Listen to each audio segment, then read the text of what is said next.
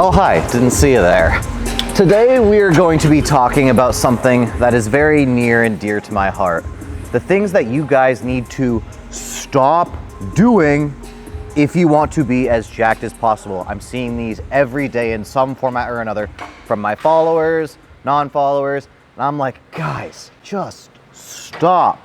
So let's start with the things that you need to stop doing if you want to become as jacked as humanly possible. Let's get to it. I'm not gonna bring up these really stupid things that you guys already know, like stop training like a pansy. Obviously you guys know to push yourselves hard, or stop taking 30-second rest periods. Like, you guys know that. I mean, that's just basic 101, whatever. But I will still see people who are even somewhat experienced making these mistakes from time to time. So we need to go over them. First off, stop listening to people based on the fact that you want a body part that they have. This one is so frustrating to me. It's like, ooh, I want Arnold's chest, so I'm gonna do his chest workout. I want Tom Platt's quads, so I'm gonna do his leg workout. It's like, just stop. Everybody who has a super developed body part, the reason they have that super developed body part is not specifically because of the fact that they trained a certain way. It is because of the fact that that is their genetic predisposition. If we're talking about an overwhelming body part. So for me, for example, you guys are like, drop the tricep routine a lot more often than you're saying drop the chest routine, because my triceps are much bigger than my chest. But that is just a genetic strong point for me. So yes, I've developed my chest over time. Yes, I've developed my triceps over time, but my triceps were always going to be bigger than my chest. So stop being like, oh, well, he must know how to train triceps. He doesn't know how to train chest. It's not the way it works. There's a reason you're not looking up Arnold's delt routine. Like, come on, the guy that's like, a little slope here and then just a massive chest, massive biceps, like, ooh, chest, biceps, I'm gonna go with Arnold. Shoulders, I'm gonna go to C-bum. Like, stop thinking like that, all right? Next one. Stop changing your exercises constantly, searching for that next exercise. It's gonna be better than the last one. If you do not stick with the same exercise for a good amount of time, you're not gonna be able to progress on that exercise the way that you should. So when you find a solid exercise, leave it in your routine for a good amount of time to make sure that you're able to progress that exercise, and don't constantly be switching it out for something else because, ooh, maybe that one's slightly better for the iliac, thoracic fiber, and just stop, okay? Stop it. Stop! Next thing, stop doing super long eccentrics. People have gotten so scared of ego lifting that what they're doing is they're like, all right, do my bicep curl. Oh, but okay. 4, 5, 6. Come on, guys, you don't need that. Control your eccentric. If you want to standardize the time, that's perfectly fine. Somewhere between like 2 to 4 seconds. Even 4 is like pretty long, but somewhere around there, 2, 3 seconds for an eccentric, that's all you need. You don't need to be doing these super long eccentrics just to make sure you're not ego lifting. Chill. Do your eccentric, control it. No need to make it super, super exaggerated. Next one. Stop being afraid to increase the weight. I see people that are on like 15-pound dumbbell curls for a year. It's like, come on guys, I get it. You're like, oh, I'm scared that I'm gonna be like using momentum. Increase the weight, okay? If you end up using too much momentum, I get it, you can always back off, but in the end, you do not have to have such picture perfect form that you're so afraid to increase the weight that you really don't progress in the exercise. Increase the weight, drop the pin, or stay thin. Next, stop thinking you need 10, 11, 12, 13 reps plus for an exercise. You don't. I notice that a lot of you are not saying, oh man, my hack squat didn't reach 12 reps, so that's not as good of a set. You know why?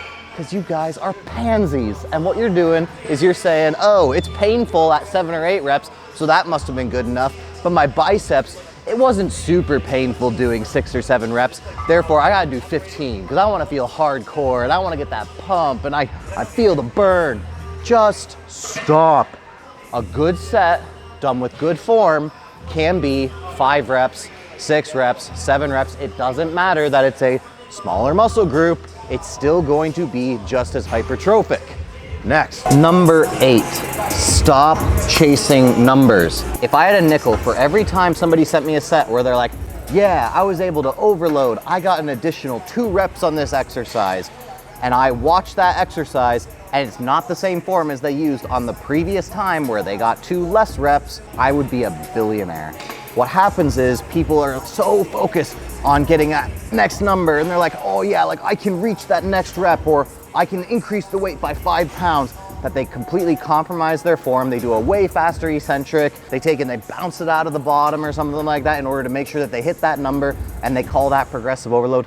That's not how it works. The form has to be standardized for there to be a form of progression seen in the amount of weight or the amount of reps that you do. You are not a power lifter, you are trying to build muscle. Your muscle does not care that you put a donut on each side of that barbell. It doesn't care, all right? So stop chasing numbers, have the form correct, and then go from there to see if you're actually overloading. Next, stop using an arbitrary range of motion. And what I mean by arbitrary is it goes completely outside of anything productive.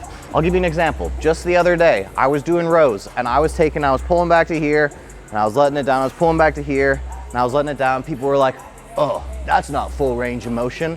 I'm like, yes, it is. No, it's not. Let me explain. When it comes to your rows, if you're pulling back to here, look, my traps, my rhomboids fully contracted. If I continue to pull back like this, all that's doing is really getting the rear delts involved. So don't let somebody tell you, okay, you need to go this deep or this far. If you are taking it through the anatomical range of that muscle group, so like a chest press, right? If I was taking, start internally rotating in order to get more depth for my chest, that's not doing anything additional for my chest to take and get this under just so I can get that deeper stretch. It doesn't do anything, all right? Get the range of motion that you need for the muscle group and then you'll be good to go. Next, stop ignoring huge muscle groups because they're not really ones that you think about all that often. For example, the glutes. The glutes are a massive muscle group. Take a look at this diagram here of it proportionally to the other muscle groups. People ignore the glutes all the time, except for girls, obviously. All they do is glutes. But guys ignore it all the time. And they ignore their calves. Look at this diagram right here. Do you see how big those muscle groups are proportionally to everything else? They're so big, yet they're 2 muscle groups that get ignored all the time by guys who are trying to maximize their muscular progress. Don't ignore them. That goes for me too, because I do it all the time. So I'm giving this to you guys as much as me. Ugh. And our second last point, stop fearing overtraining. I get it, this whole like low volume, high intensity movement came in and people started going Mensa-ish, and man, if you overtrain, then you are going to kill your gains and you're going to be absolutely dead, and that's gonna kill your progress. People took it so far in the one direction where it's like, I do 10 sets for a muscle group in a week, and they're like, what? Like, you're not going to be able to recover from that. You're not going to be able to progress from that. It's like, what do you think people were doing for the last 50 years? It's not that they were doing 15 sets and just were completely incapable of recovering. Could it have been a little bit much? Yeah, obviously. But people got so scared of it that they're like, man, 2 sets a week, I'm good. Maximize my growth, I'm good to go. 4 sets, all right. There we go, can't do any more. If I do any more, I'm gonna absolutely die. I'm gonna be toasted, I can't do it. Guys, you got to chill. You can't be so extreme. When it comes down to it, most people are gonna be able to recover from a good amount of sets in a week. And when I say good, I'm not talking 20, 30, 40. I'm just talking about once you get into that moderate range, most people are gonna do okay recovering from that unless they're doing a whole bunch of length and partials and other stuff and drop sets, superset. And then obviously if you're doing all those intensity techniques, that's not really a legitimate straight set. So stop being so afraid to overtrain that you're just like, I feel good, but I can't do another set. Otherwise, I'm going to lose all my progress. It does not work like that. And last, stop always looking for the next big thing, the next big hack to your muscle growth. We already understand a lot of muscle building principles, but if you're always searching for that next big thing, and it's like, oh man, like this is gonna get me 20-inch biceps when I was at 15 before. It's like, it's gonna be this hyper specific type of curl. Just stop, all right? You need time. Let your body take the time it needs in order to grow. Don't always think that there's gonna be this new trick that you've not heard of before that's going to take you from no growth to major growth. It doesn't work like that. Tips, tricks, things you can use in order to make your training more productive. Absolutely, great. But you guys gotta stop thinking that there's some way to hack muscle growth that you just never knew and that we're just discovering now in 2024. Doesn't work like that. So, those are the 10 things that you guys should just stop doing if you wanna get your absolute best muscle growth.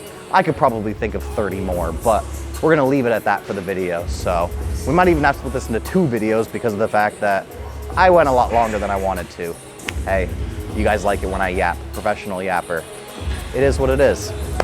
See you in the next video. TNF out.